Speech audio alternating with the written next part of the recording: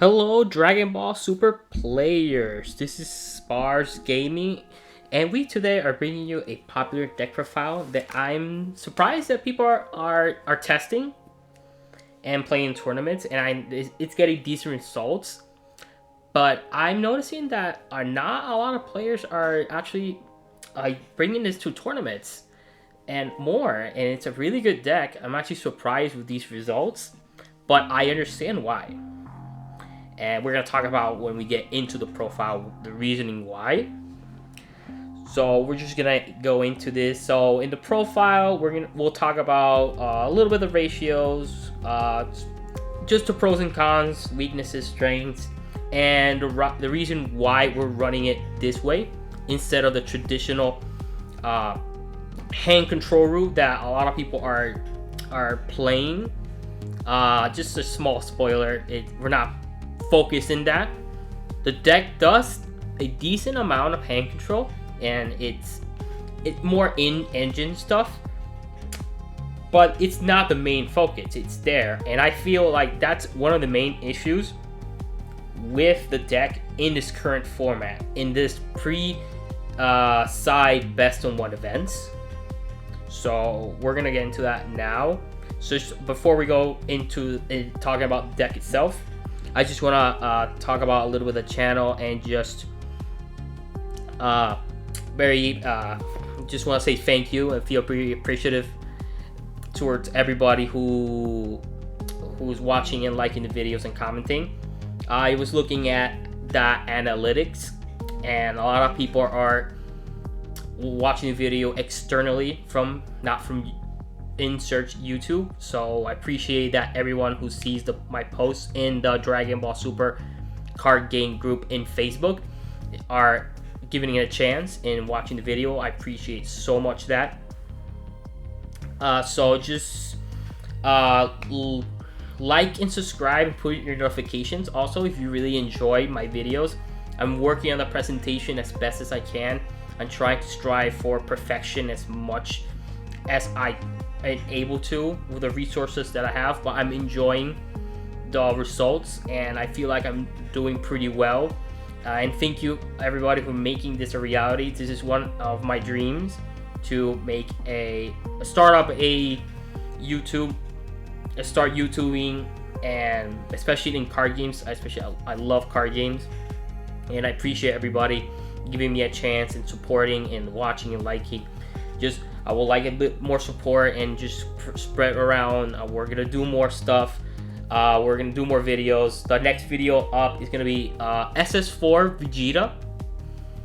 I know I've been talking about Dark Broly in the past 2 videos, but we're gonna wait on that a little bit more. Just a couple things that came up, and we're just gonna wait on that video a little more. But we're gonna do other videos. We're gonna do TOA. We're gonna do GT. U7 is going to be updated later on once we go into more high level competitive play again, because that's the main deck I'm going to be using in tournaments. So yeah, just want to thank you everybody giving me a chance. And yeah, so we're just gonna head into the video now. Stop blabbling around. So Cooler, Green Cooler, a very interesting deck, a very fun deck, but it also has the capabilities to top. It has competitive, that competitive feel. You read the cards and they have so much stuff that can do well in the competitive play right now in the meta. I just feel like the pre-side best of one of it's hindering the power level of this deck. I was watching the team talks from Team FOE. Robert Reedseed said it best. The pre-side events is just hindering this deck. It feels like you're playing game 2, and game 1 you wanna catch them by surprise and overpowering them with your control and beat them down. Slow the pace of the game to your level, to your speed.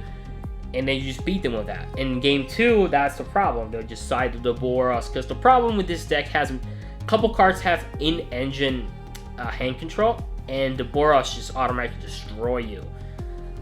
and I feel like that's a huge issue. But the deck is pretty good. It can be aggressive, and you can go hand control route. Sorry. So whichever you choose to do, the deck is fun. The deck is interesting. It does so much. We're gonna hear a little weird Yu-Gi-Oh terms introduced in this, because it's just very similar to link climbing, and the way you're doing with unisons. But we'll talk about when we get to the cards. So let's talk about the leader. All right. So the backside. Add one card from your life to your hand. When he attacks, you either draw a card or play unison with cost of 1. I saw myself drawing a lot more after testing it a little bit more. It's just you don't want to waste time playing the unisons early and not establish a hand size. So you rather just draw early, and then later games the drawing is necessary, but once you know you can kill them, you'll establish your unisons instead of drawing. But he has another auto. It's once per turn when a unison leaves the battle, its area. Sorry, and it's placed in the drop area. You draw a card. So when you're basically link climbing or unison climbing, what I call it, through the empowers. So you're just gonna example him, and you the empower. You play him, you draw a card, and he gets the marker. So it's kind of a double plus. It's not really. You're not losing a lot for just running so many unisons in the deck. So you're getting advantage, you're drawing. So when you're close to awakening, you establish your board, you rather just play a free unison, and then that way you can just climb up. And then he's a hybrid. He doesn't have an alternate awakening, sadly, but I feel like it's pretty fair. And since he self-awakens like the leaders of old, that's helps you out a lot. Just basically you draw one and tap one energy, and then the front side is just amazing. I love this front side. I love the art. Cooler Galactic Dynasty next to the Frieza Galactic Dynasty. So he does. You don't take a life anymore. You either draw or play the unison, and he still has that auto when the unison goes to the drop area from the field. You draw a card, and he has an active battle that's not once returned. I feel like a mistake, but I understand why they did it. You basically can pitch unison and give him or unison 5k power, so they're not dead. So you can get away running so many unisons. I feel like the yellow Yardat slash Dripku slash Unison Goku deck that's what it's missing, because the problem is it doesn't have that type of effect. This has this effect, and this is what makes this deck so much better. Even though Goku's a yellow Saiyan, but this just has so much value. Your unisons are never dead. You can just go off and shotgun, defend yourself. So let's put the leader side. And we're running for the Galactic Dynasty. I will get the SBRs sooner rather than later. Just beautiful art. But we're just keeping with these ones. Basically, one cost, power free. He has a permanent. If he has 3 or fewer markers he can't attack. And he has an auto limit 1. When this card's played, he has 3 or more markers. Your opponent drops a card from their hand to the drop area. And he has +1, he gets 10,000 power. So early game, example, turn 2, you can play him, or then swing for 15 and power, and then he'll have almost 5 markers, or 4 or 5. Then you swing 20, and then you swing, and then you swing 10, or he's awakened, swing 15. So this deck can get aggressive. That's what I like about this deck. You can get aggressive. You can hit, like you saw, you basically got free swings in with just basically playing him, getting 15, basically 20, 10, 15, whatever side you're on. So you get free swings basically, and it's just that's just pretty awesome. And the fact is, it's not very interactable. That just also helps. So we're playing for the Frenchman Salsa. This guy on the side. So he has Power Green 2. He has a counterplay. You play him. And he has auto. He has 3 or more markers. Basically, pop anything 7 or less. Correct? Yes. 7 or less. So basically, he's like a charismatic, pseudo-charismatic. In testing, I haven't used a counterplay. Sucks, but it can come up. It will come up in further testing. This deck, I'm going to try to take it to locals and see how it does. I feel it has the potential. This card is just really good. Turns to 15k. You can just aggro your opponent down with so many swings. Nice. To be honest, between all of them, this card overperformed. I really thought he was the worst one, but he just overperformed. He's so awesome. He's a counterattack and Power Green 2. You can just a combo you can do is swing, take a life, play one of these 2, and then put a marker. Yeah, you won't dump or he won't pop, but fact is you can swing, pass, and then when he tries to attack with something big, then you just do him. So what he does is he's a counterattack, negate the attack, and play this card with a marker, and then he does Power Green 2. If this card has 3 or more markers on it, when this card is played, choose up to one of your opponent's battle cards. It can't attack until the end of the opponent's turn. So what you can do, if they swing with leader, you counterattack, put him whichever you have. He'll have 2 markers. He'll have at least 2 markers. He'll get 2. He'll become free. So his auto will go off, and he'll paralyze any of the attackers he wants to do and do damage. So that's pretty awesome. This card overperformed. It's so great. I really love this card. It's just does so much for the deck. And also, if you start with him as the key piece instead of him, he does a +2 and he gets 6k. He becomes a 10k. So you do 10, swing, and then if you play him off the leader effect, you do Empower 3, and he gets all the markers. He becomes a 4 +1. He becomes a 5, and then you do this, and then what you want to do is ideally play him off him, and he basically unison climb, like in Yu-Gi-Oh! Link climbing. If you play Yu-Gi-Oh! You know what I'm talking about. So basically unison climbing. So basically you want to play him off because I just saw you can get up to 5 markers. And then you go, and you will Power 4, and it will be basically 7 markers. So this card is the MVP. So awesome, worth the price tag. I do have 4. I'm just running free because I want to test it out. Because you really don't want to see him. You want to see him early turn 1, but you can't play him, so he's just gonna be energy. But I'm going to run 4. It's worth running at maximum. You want to see him. I don't want to be without him ever. Even if you have to charge him, you just do it. So he has Empower Green 4, dual attack, and blocker. He has a counterattack, which is opponent.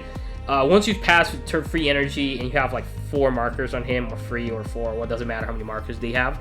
Point is, once they see he has like, you have free energy, he has 4 markers, they're gonna swing, and then you do this, and then he has an effect. He has 4 more markers. He basically blows off the field without ignoring barrier, which sucks, but that's just fair. And he has an activate -4. Basically, he gets 10,000 power. He becomes a 30k. And triple strike. And in the end of the turn, you can switch the card to active mode. Fantastic. So basically, swing for 30k, triple strike. They'll negate 1. 1 will most likely they'll have to combo off, and then you can use your leader skill and give him power by comboing off any of these cards from your hand, and that's just pretty awesome. So this is the main engine of the deck. It's pretty good. It did so well. I just feel like like I was talking about for the pre-side events is hindering this deck's power level, but I feel like it has so many good things going for it that people need to test it and prepare for it and fear this card. So once he goes in, it's just a horrible feeling if you go against this card. When you play him, it just feels so great. Other unisons for playing 4 of the Migra. I regret playing him at 4. He's not bad. Everyone knows what he does, but he's just +1. He gets 10,000 power. Minus 3 never came up. It can happen, but like it didn't come up for me. He's basically you play him off the leader because he doesn't say it has to be any of these ones because they don't have specified costs or anything. I mean, they don't have any traits or anything like that. Sorry. Oh, so he just plays any generic unison. Let's see, green unison card with specified cost of 1. Sorry. But it doesn't say it specifically has to play any specific specified cost of 1. It's just any green generic specified cost of 1 unison, as long as it's green, obviously.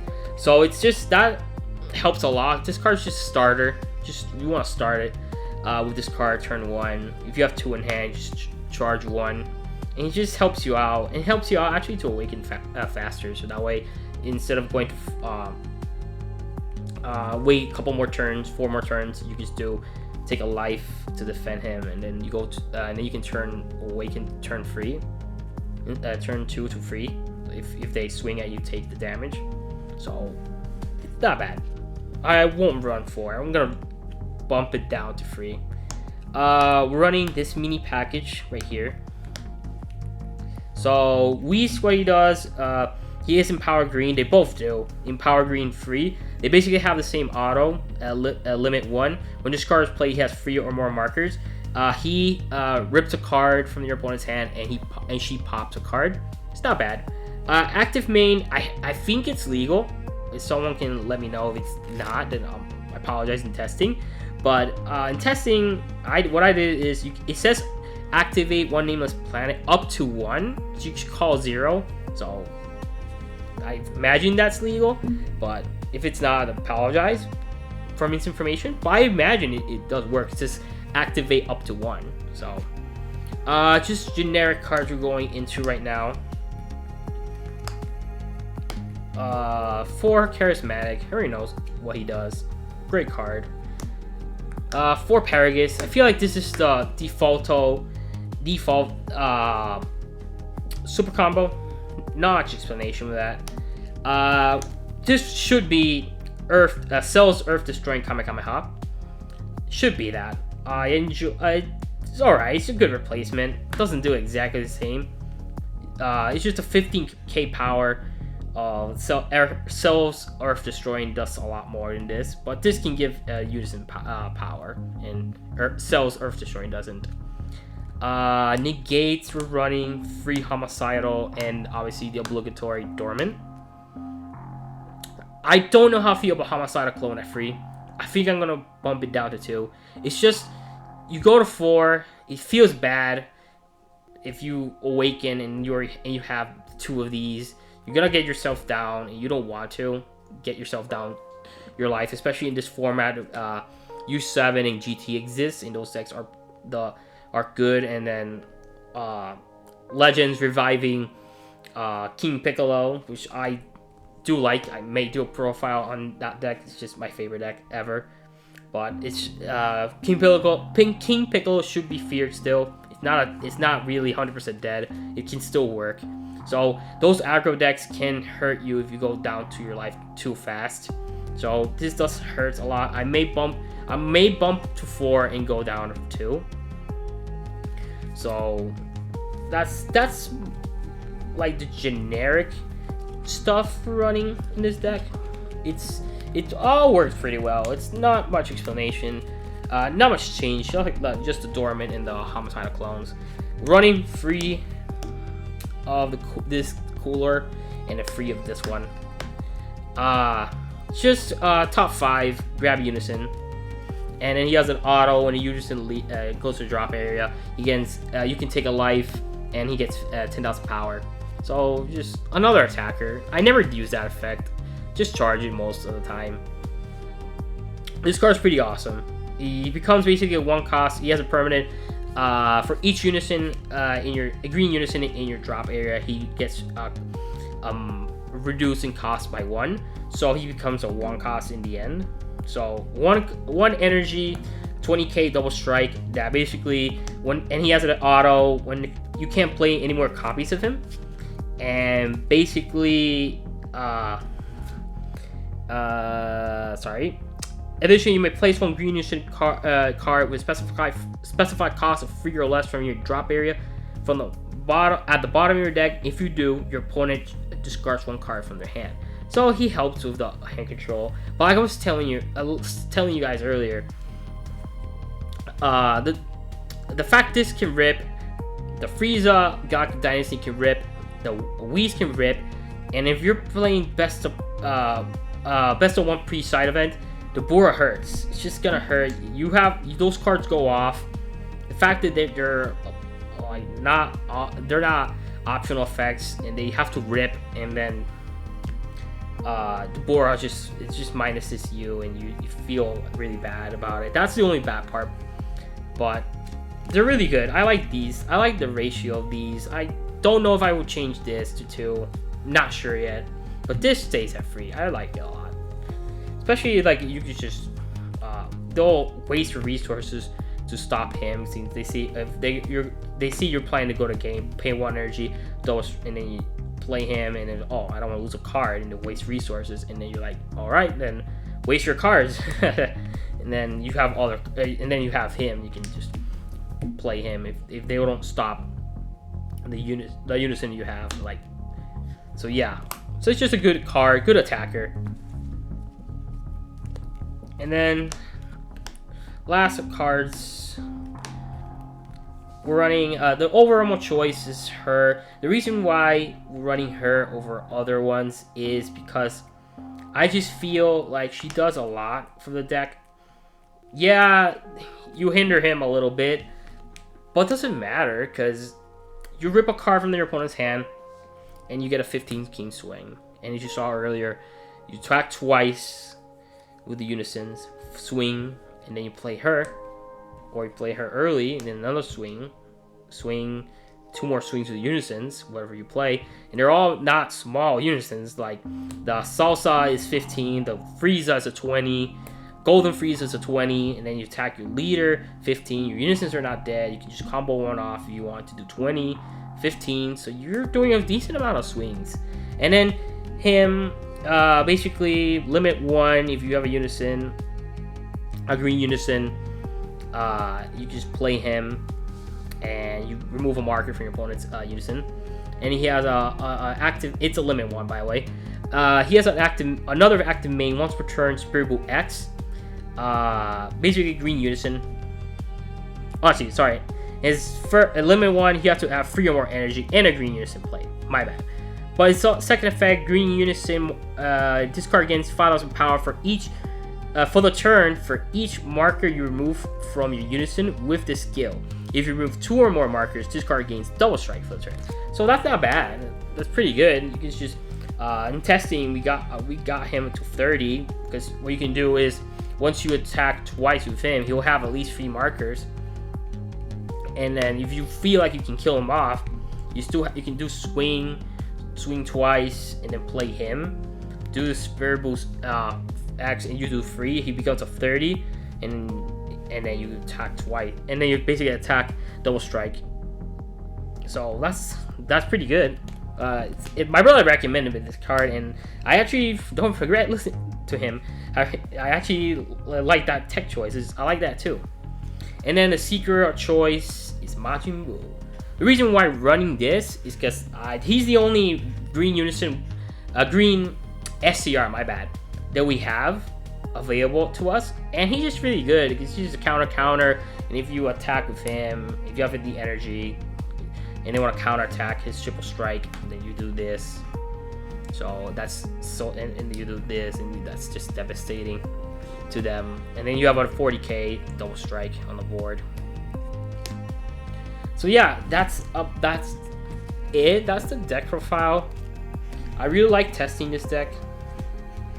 It just does so much. It's very simple. It's not complicated to use or pilot. You just have to sequence properly.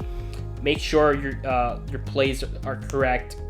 Make sure when you're cleaning up your unisons, and make sure that Frieza does.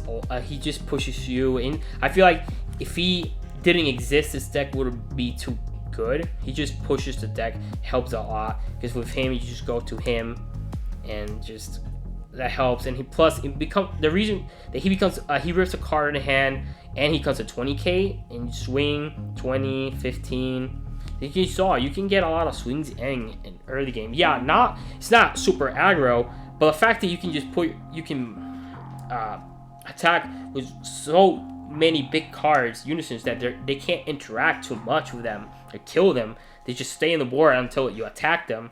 That's awesome. Plus you have Dormant to protect you, Charismatic to deal with the problem cards, Homicidal Clones, this.